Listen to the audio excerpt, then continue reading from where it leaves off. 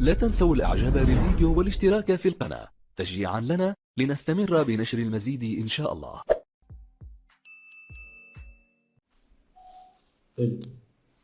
السلام عليكم. انت عدت يا جماعة، والله لازم. لو انتوا قاعد قصاد ريال مدريد يعني عارفين ريال مدريد، انتوا عارفين مش معرفينوش، نعرفوكم طبعا عارفين. لما تبقى تلعب قصاد ريال مدريد وما تلعب مباراة بالطريقة دي ويجي مني سبحان الله غلطة في آخر الشوط الأولاني يجي منها الهدف. ولا كذا قبل ما نتكلموا في زملكاوية طبعا أصدقائي كتار ما يحفلوا. طب ما تحفل على أساس إيه؟ ده احنا قابلنا ريال مدريد وفازت علينا الأربعة لما يتكلموا عليها دي، يعني هم فازوا 4 هدف غلطة في الشوط الأولاني وهدف في الشوط الثاني، دول ما يتحسبش عليهم يعني هدفين غلط والكورة تمام أخطاء. طبعا قلنا فريق جامد زي ريال مدريد كده لازم يستغل الأخطاء، مش هيسيبنا كده لله في لله نغلط وديانج مش عارف ايه يحصل له تقول يعني خواف يا ولد. ده انت افريقي، ده انت الواحد لو شافه في الطريقه من الدرع وضرب الصلاه على النبي عليهم لو كانوا خايفين منك اول الماتش. بس الغلط على مين؟ الغلط على المدرب. يعني امان منزل لي السوليه مع السوليه وديانج مع بعضيهم ما ينفعوش، اكنه مش قاعد يعني بص اكنه ديانج واحد مش قاعد معانا في الحته دي والله. يعني ديانج عملها بحضر الراجل هيقعد يحلق على مودريتش والجماعه دول، تحس ان هي شغال يحلق على ده شويه ويحلق على ده شويه وهم في الاخر ما يلتزموا. من ما دخل اسوان مش هنقطعها والله نخليك ماشي. قول مسك والله شغلت انت؟ لا تمام. طرزان صاحبي معايا يصورنا واحنا دلوقتي صاحبي برضه ما يصورنا ده تيك توك وده يوتيوب تعالى قابلني لو نجحنا لسه علينا شغالين. المهم نرجع لموضوعنا تمام. صاحبي احمد علي، طبعا احمد علي بصيره زملكاوي اصيل، اول ما التزمنا طاير يحفل وتحيه ليه يعني من هناك. ده من وقت ما اتهزم من اسوان تمام واللي خدهم مجابهم يعني بالصلاة على النبي عليهم. دخلوا اسوان بالطياره طلعوا بتوك توك. لما دخلوا اسوان وقال لك لما يدخل الصعيد دخل الصعيد من زي طلعته تمام.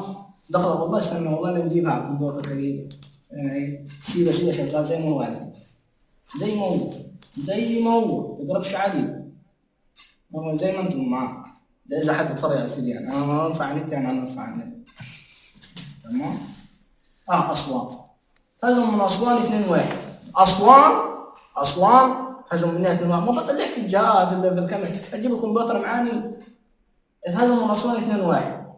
يسكتوا مرتضى منصور قال سيبهم المره دي.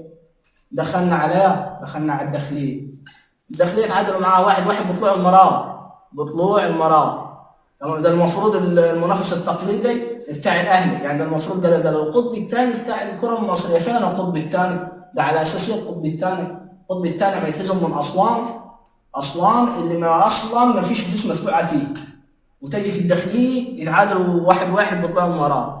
راحوا لعب الاتحاد السكندري 0-0 برضه بطلوع المرام. اللي قابلوا الاهلي يعني اداها لهم 3. هم بعد ماتش الاهلي المفروض ما يتكلموش اداها لهم 3-0 يعني المفروض بس قوي. فصلت شغلت ثاني وحشه الله. بص انت خرج لي الفيديو اكتر ما هو خربان.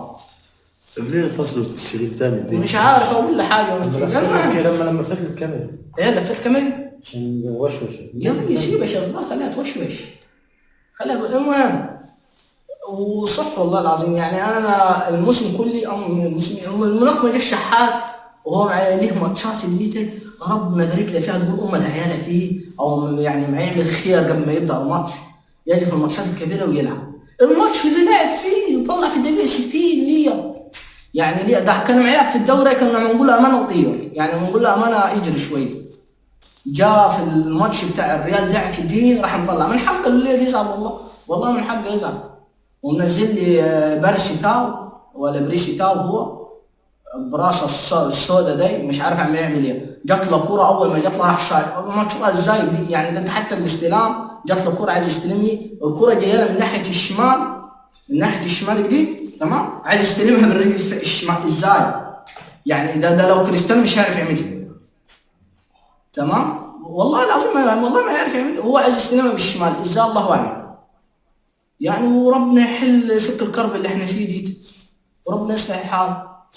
واحنا تفازمني ده ما دقيقه طرزان نقول لكم انت، يعني تهزمنا من الريال، تمام، ولسه معانا نفس على البرونزي. هي بصراحه السنه دي يعني كان المفروض احنا ان نصعد.